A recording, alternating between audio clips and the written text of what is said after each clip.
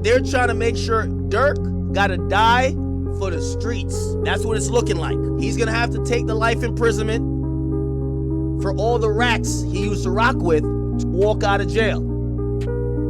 And I got no place calling these guys rats because they were the killers. But this is how things are now. The guys who pull the triggers are the first to tell. It is what it is. Lil Durk reacted to reports that Quando Rondo could take the stand in his defense, and the backstory behind why this situation is even unfolding is something almost nobody could have predicted. Just days before the federal murder-for-hire trial was expected to begin, the witness list became a huge point of tension. Prosecutors pushed to keep the names sealed, leaving people with one major question: who exactly was on that list? He'll still be alive right now, the nigga gassy butt. He'll still be alive right now, them niggas ain't gassy butt. Damn, Durk, this you? Leave, Smirk. What's going on in there? You might be the original blessed throat, by the way. I just peeped that, like, it's just all in my face, like, what's going on with that? But shout out Durk, man, he been holding it down. That boy done had to shave his head off so he got to get into a fight. You know what I'm saying? They pulling on his hair and stuff. Then came the wildest possibility of all. Rumors began spreading that the person allegedly connected to the center of the conspiracy could potentially appear in court to support Durk. If true, that would turn an already intense case into an unbelievable twist. Stay with us, because the answer goes back to the roots of this long-running feud, including the events that happened between the two sides. What started one way eventually became a situation that would have been almost impossible to predict. Yo, what's good, fam? Today, we're breaking down the full story surrounding Lil Durk's federal murder-for-hire case, the surprise witness theory that has people talking, the sealed witness list that kicked off the speculation, the Christmas Day peace offer Durk allegedly rejected, and the shared Muslim faith that reportedly played a major role in changing the relationship between these two artists. Just don't get cut in the back or slapped in the back of the head. You know what I'm saying? It's looking grim for Durk. It's looking like he might not get out anytime soon. Because we got people like this on the police camera outright snitching before they even walk into the establishment. This man's crying his eyes out. They didn't even tell him anything yet. This man probably got pulled over.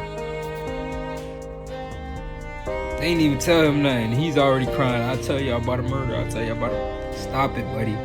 And I know oh my God. Durk is looking cooked. You got people like this. One more of these people, it's over. You might just need him. He telling everything.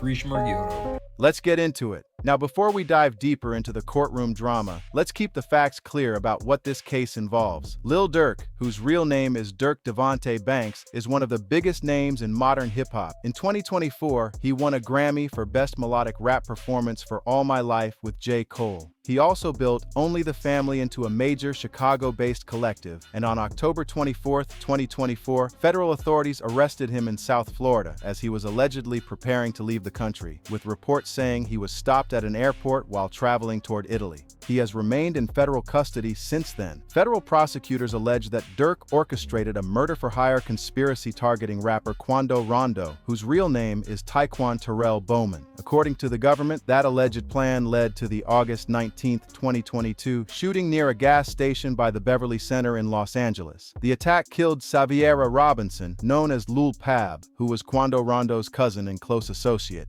Prosecutors say Quando was the intended target, but he survived the shooting. Lul Pab did not. Durk has pleaded not guilty to all charges and remains presumed innocent unless proven guilty in court. His defense has repeatedly challenged the government's version of events and is prepared to fight the prosecution's evidence at trial. The case has also faced several delays. The trial was originally scheduled for January 2026, then moved to April, later set for August 28, 2026, before the date was ultimately moved to August 25th. And the amount of evidence involved is massive. The case reportedly includes more than 230 gigabytes of digital material, over 20,000 pages of reports, surveillance footage, audio recordings, and testimony from people cooperating with the government. The government alleges that Durk put a $1 million bounty on Quando Rondo and that the money was used to recruit people for the alleged attack. The defense disputes that interpretation, arguing that cooperating witnesses may have strong reasons to testify against Durk.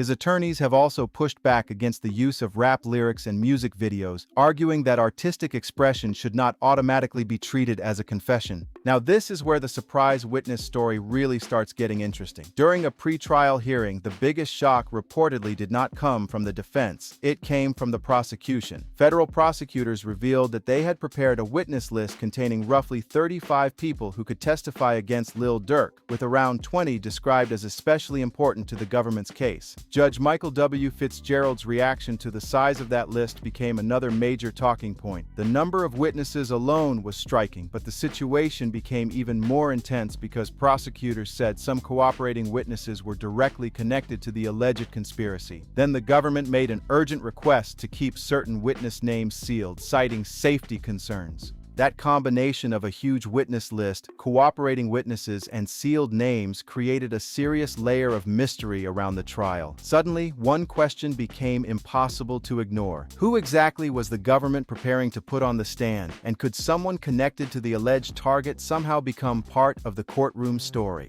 The filing pointed to serious safety concerns as the reason for keeping certain names private. These are real people connected to allegations of serious violence, so protecting witness identities before trial can be part of the legal process, especially in cases involving alleged organized criminal activity. But this is where things started getting wild. The second people heard that names were being sealed and that the prosecution's witness list had caused a major reaction in court, speculation exploded. One sealed name became a mystery. That mystery turned into a rumor, and suddenly the rumor claimed Quando Rondo could secretly walk into federal court and testify for Lil Durk. Think about how crazy that would sound. The person prosecutors say was the alleged target of the murder-for-hire plot potentially sitting in the witness box and helping the very man accused of ordering the attack against him. If that were actually confirmed, it would be one of the biggest twists imaginable in hip-hop. But the facts have to come first. Quando Rondo has not been publicly confirmed as a defense witness, and there is no verified public record establishing that he is scheduled to testify for Durk's side. The sealed witness list that sparked the online reaction was connected to the prosecution, not Durk's defense. These were government witnesses and cooperating individuals whom prosecutors allege were involved in the broader conspiracy. Their expected role was to provide testimony for the government's case against Durk, not to defend him. What really happened is that the secrecy created an information vacuum, and people filled that empty space with the most dramatic name possible.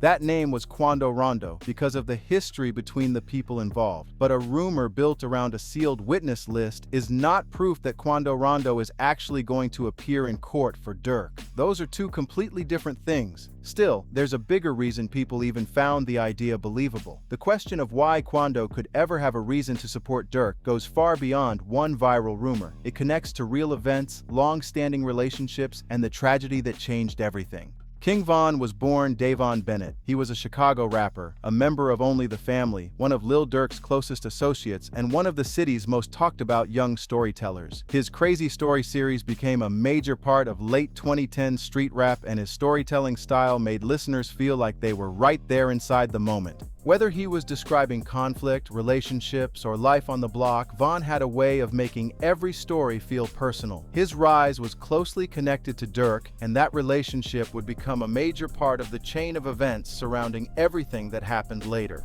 He was also one of the people Durk was closest to outside of his blood family, someone who had lived through many of the same streets and pressures. There was a level of understanding between them that came from experiencing that life firsthand. Then, on November 6, 2020, everything changed. Outside an Atlanta hookah lounge in the early morning hours, a confrontation broke out between King Von's group and people associated with Quando Rondo. The situation escalated fast. Gunfire erupted. King Von was shot multiple times, and he died at just 26 years old. A man named Timothy Leaks, also known as Lul Tim, was involved in the confrontation and was later charged in connection with Von's death. The legal outcome of those charges is separate from the federal case involving Durk. For Durk and OTF, losing King Von was devastating on every level. It was personal, professional, and permanent. Von wasn't simply another artist on the roster or a business partner. He was considered family in the deepest sense of that word within Chicago street culture. His death left a massive hole in Durk's world and in the OTF movement. For Quando Rondo, the aftermath was also life-changing, but in a very different way. He was present during the confrontation, and his connection to the incident made him the target of intense anger from parts of Chicago and from fans who had become deeply attached to King Von's story. Public threats circulated, booking opportunities became more difficult, and concerns about Quando's safety followed him everywhere. Then came another devastating loss. Quando publicly mourned his cousin Lil Durk after the 2022 Los Angeles shooting, even releasing a song titled Long Live Durk. That moment showed that he was carrying his own grief and trauma from the same chain of events that had already taken so much from both sides. The rivalry had now moved far beyond music. One tragedy followed another, and instead of bringing the conflict to an end, each new loss seemed to create another layer of anger, grief, and consequences. What happened outside that Atlanta lounge would eventually become part of a much larger story that neither side could have predicted. The August 2022 shooting is at the center of the federal prosecution. Prosecutors allege that people connected to OTF used OTF-linked credit cards to purchase commercial airline tickets from Chicago to California. They further allege that Quando Rondo was tracked to a gas station near the Beverly Center in the Beverly Grove area of Los Angeles, where at least 18 rounds were fired at his vehicle on August 19, 2022. That alleged attack is the key event prosecutors point to when describing the murder-for-hire case against Durk. The defense disputes the government's interpretation of the evidence, and Durk has pleaded not guilty, meaning the allegations still have to be proven in court. He survived the attack. Lil Durk, his 24-year-old cousin who was riding with him, was killed. 3 suspects were apprehended. According to the government, the attack was organized and financed by Durk as retaliation for King Von's death. Federal prosecutors allege that Durk promised financial rewards and other benefits to the people involved in carrying out the operation. Court filings indicate that after the shooting, some of the people allegedly involved received custom jewelry, luxury grills, and opportunities connected to OTF. But whether those transactions actually prove a connection to the alleged conspiracy is something the jury will ultimately have to decide. If prosecutors prove their case beyond a reasonable doubt to a unanimous jury, Durk could face life in federal prison. The federal system does not offer parole in the traditional sense, so if a life sentence were imposed, the consequences would be extraordinarily serious. That possibility has been hanging over every major development in the case since Durk's arrest. Then came Christmas Day 2022. This is where the story takes another unexpected turn. Details that emerged in August 2026 court filings revealed an alleged attempt to put the conflict on a completely different path, and the timing made the situation even more complicated. According to court documents obtained by Complex and reported by XXL on August 18, 2026, prosecutors recently identified a text message exchange and voice note in which an associate connected to Quando Rondo's camp allegedly reached out to Durk on December 25, 2022, roughly 4 months after Lil Durk's death. The message was reportedly about ending the beef and making peace. The timing was striking. It was Christmas Day, Lil Durk had been killed months earlier, and the federal investigation was already developing. Yet according to prosecutors, someone from Quando's camp was reaching out and offering a path toward peace. But prosecutors say Durk rejected that attempt. According to their account, he allegedly told people around him that he was not getting on the phone to squash the conflict. He reportedly said the situation was about his late brother D. Thang and King Von. Then came an even more controversial part of the alleged conversation. Prosecutors say Durk used a phrase about taking piece of the switch, which federal investigators interpret as a coded reference to the machine gun allegedly used in the Los Angeles shooting. That interpretation is disputed, and the meaning of the phrase would ultimately depend on the evidence presented in court. Still, the alleged Christmas Day exchange adds another dramatic layer to a case already filled with competing stories, disputed evidence, and a rivalry that had spiraled far beyond music. Prosecutors plan to introduce those messages as evidence that, under their theory, the alleged conspiracy did not simply end with the August 2022 shooting. They argue the messages could show that Durk's hostility continued months later. The defense, however, will have the opportunity to challenge how the messages were authenticated, what was said before and after them, and whether prosecutors are interpreting the words correctly. If the jury accepts the government's interpretation of that Christmas Day exchange, prosecutors could argue that it is powerful evidence of Durk's mindset. Their theory is that even after the shooting, even after Lil Durk's death, and even when someone connected to Quando's side allegedly reached out on Christmas Day to discuss peace, Durk was still unwilling to end the conflict. According to prosecutors, Durk allegedly said he was not getting on the phone to squash anything and connected the conflict to his late brother D-Thang and King Von. He allegedly also used the phrase about taking piece of the switch, which federal agents interpret as a reference to the machine gun allegedly used in the Los Angeles shooting. But there's an important distinction here: whether those messages are authentic, whether they are accurate, and whether prosecutors' interpretation matches the full context are all matters that can be challenged in court. Ultimately, the jury will decide what weight, if any, those messages deserve. The prosecution's plan is to use the alleged rejection as evidence that the conflict remained active after the August 2022 shooting, and that Durk's attitude toward reconciliation had not changed. But then, something happened that made the entire story even more complicated. In September 2024, after Durk's arrest had already become major news, a video surfaced showing Quando Rondo in a parking lot speaking with a Muslim teacher. During the conversation, the teacher encouraged Quando to make peace with Durk in the name of their shared faith. Quando's body language appeared to change when Durk's name came up. He seemed hesitant at first, with the history between the two sides clearly weighing on the moment, but the teacher continued, reminding him that both men identify as Muslims and emphasizing ideas of accountability, forgiveness, and reconciliation. By the end of the conversation, Quando appeared willing to express love for his brother for the sake of Allah. That moment quickly spread online and changed how many people viewed his position toward the conflict. Here was someone who had experienced tremendous loss and had plenty of reasons to keep his distance, yet he was publicly considering the idea that peace and forgiveness could still matter, and that brings another major piece of this story into focus. Both Lil Durk and Quando Rondo have publicly identified with Islam, making their shared faith an important part of how some people have understood the possibility of reconciliation. For Durk, Islam has become part of a very public transformation that he has discussed in multiple interviews. He has spoken about the conflict between his past life and the values his faith calls him to follow. He has also talked about fatherhood and wanting to become a stronger role model for his children instead of repeating the same cycle of violence he grew up around. His spiritual journey has appeared to be ongoing, not just a one-time announcement. It has repeatedly come up when he talks about his identity, his family, and the kind of future he wants to build. And that makes the faith angle in this story much more complicated than a simple headline. For Quando, his relationship with Islam faced a very public test in that parking lot video. The teacher pointed directly toward the man Quando had been in conflict with for years and basically challenged him to show whether his faith could lead him toward peace. That was a deeply personal question, and Quando's visible hesitation made the moment feel more genuine than if he had simply agreed without thinking. He appeared to wrestle with the weight of the situation before eventually saying he had love for his brother for the sake of Allah.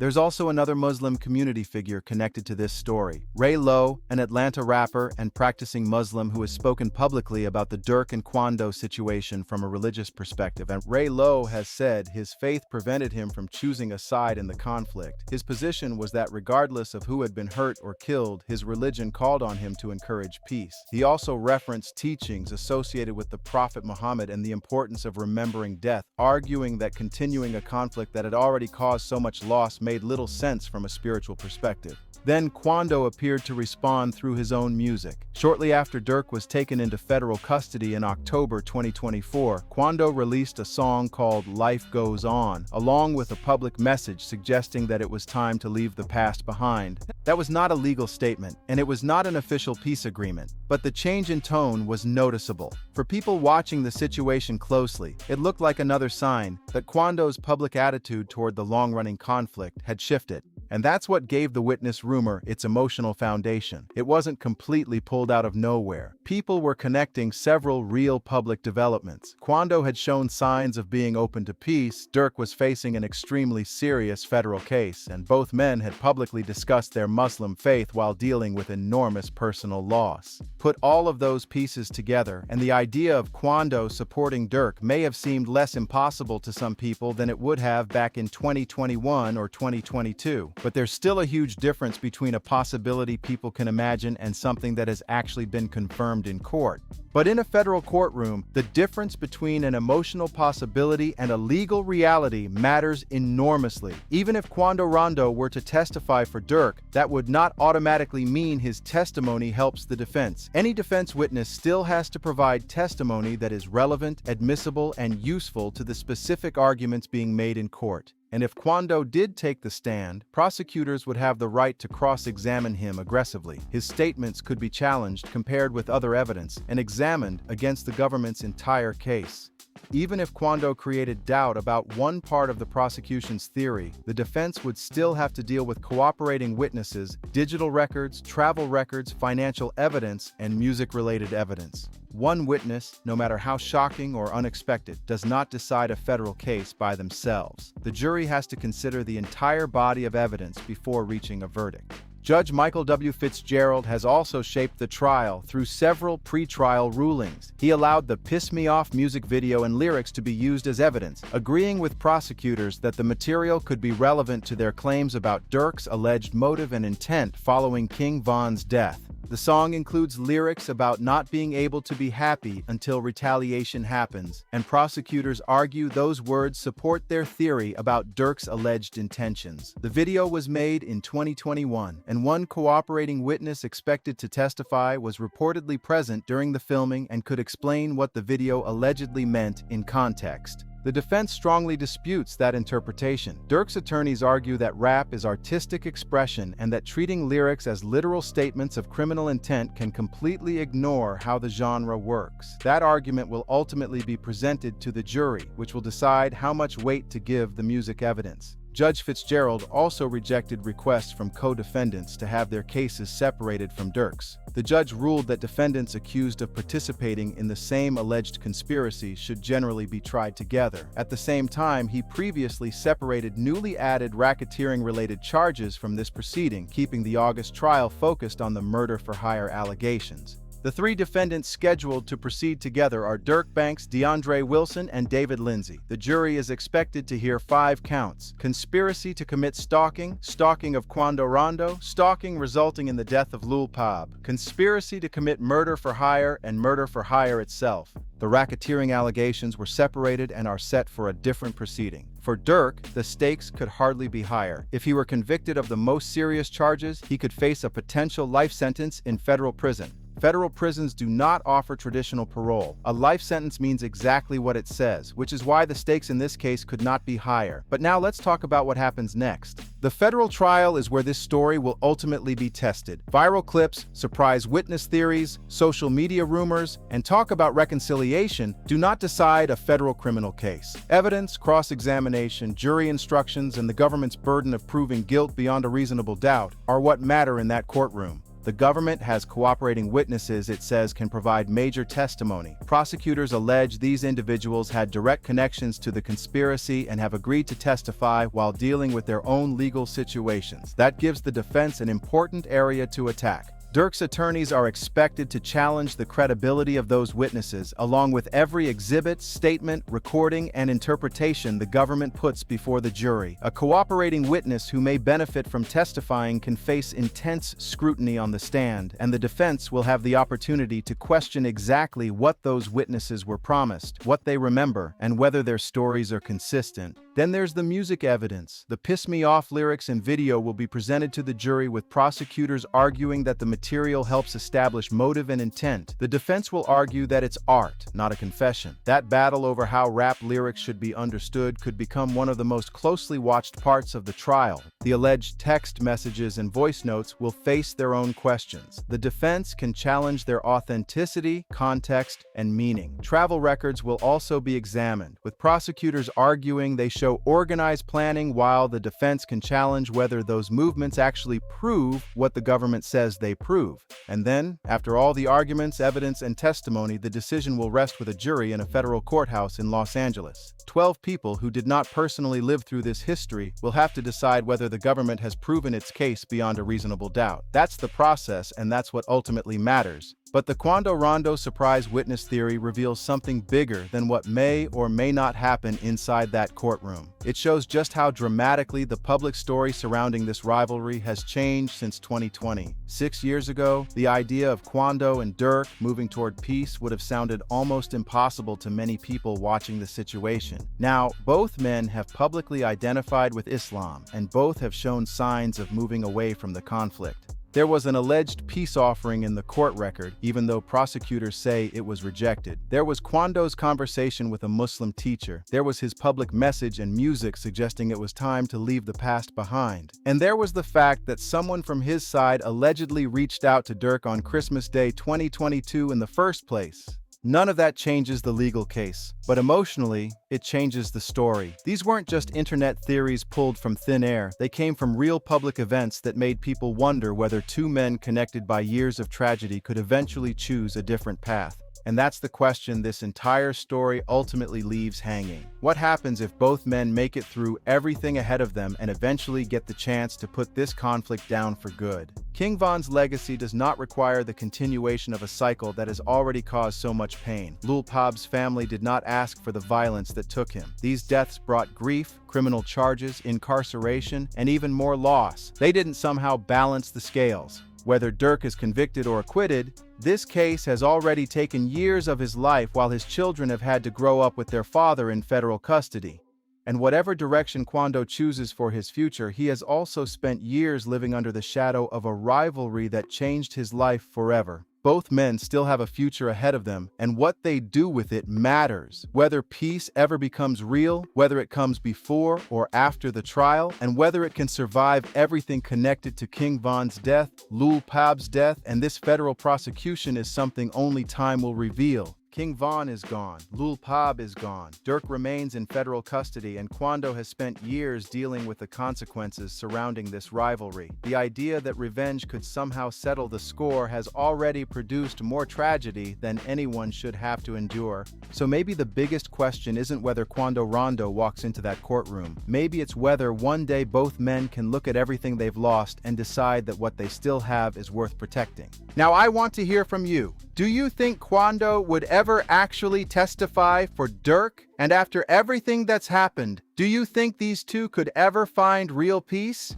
Drop your thoughts in the comments. And if you made it this far, hit that like button, subscribe to the channel, and share this video with somebody who follows the story.